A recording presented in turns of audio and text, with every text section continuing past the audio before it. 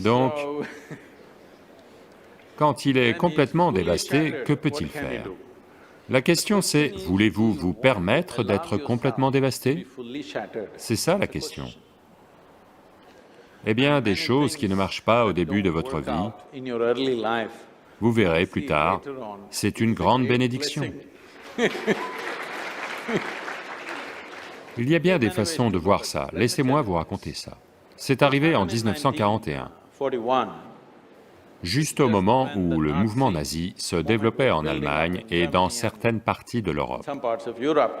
Donc un jour, en Autriche, une bande de soldats allemands arrivent, font irruption dans les maisons, une famille juive, une famille riche, ils font irruption dans la maison et emmènent les adultes, prennent, tout est volé, et ces deux enfants, une fille de 12 ans et un garçon de 8 ans, sont emmenés. Ils sont emmenés à une gare. C'est la fin du mois de novembre, début décembre, quand il commence à faire très froid. Donc on les laisse à la gare pendant 3 jours, parce que les trains n'arrivent pas. Les garçons, les petits garçons étant des garçons, ils se mettent à jouer au foot. Donc ils sont en train de jouer au foot et puis d'un coup, le train arrive. Le train n'est pas un train de voyageurs, c'est un train de marchandises, un train de fret.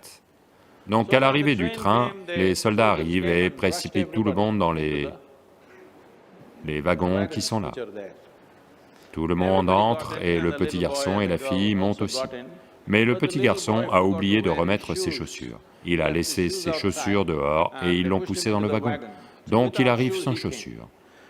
Sa sœur, une fille de 12 ans, voit son petit frère arriver sans chaussures et elle s'énerve contre lui. Elle lui tire les oreilles, le tape, le gronde fort, le gifle. Elle lui dit, « Espèce d'idiot, on a déjà assez d'ennuis comme ça, maintenant tu arrives sans chaussures. » Parce que, en Allemagne, en hiver, sans chaussures, vous pouvez perdre vos pieds. Donc elle est en colère pour ça. À la station suivante, les garçons et les filles sont séparés. 4 années plus tard, après la fin de la guerre, elle sort du camp de concentration pour découvrir que 17 membres de sa famille, y compris son petit frère, tous ont disparu. Aucune trace, aucun signe d'eux, ils se sont juste évaporés. À ce moment-là, la seule chose qui la dérange, ce sont les dernières choses qu'elle a dites à son petit frère. Elle aime son frère, mais les dernières choses qu'elle lui a dites sont des choses terriblement horribles, qu'elles résonnent dans son esprit et la perturbent. Ce sont les dernières choses que j'ai dites à mon frère, et après ça, je ne le reverrai jamais plus, il est parti. Alors elle a fait une promesse. Si je parle à qui que ce soit dans ma vie, je parlerai de telle façon que si c'est mon dernier mot, je ne le regretterai pas. Cette seule chose a transformé sa vie à tel point, elle est allée aux États-Unis, elle est morte en 2006, elle a fait un travail phénoménal, a construit un hôpital aux alentours de Chicago, je crois. Elle a vécu une vie fructueuse. Ce que je dis, c'est que même si vous traversez les situations les plus horribles, vous pouvez soit en ressortir un meilleur être humain en utilisant cette expérience, soit utiliser l'expérience pour devenir une horrible pagaille. Donc chaque fois que quelque chose vous fait mal, il y a 2 options. Vous pouvez soit devenir blessé, soit devenir sage.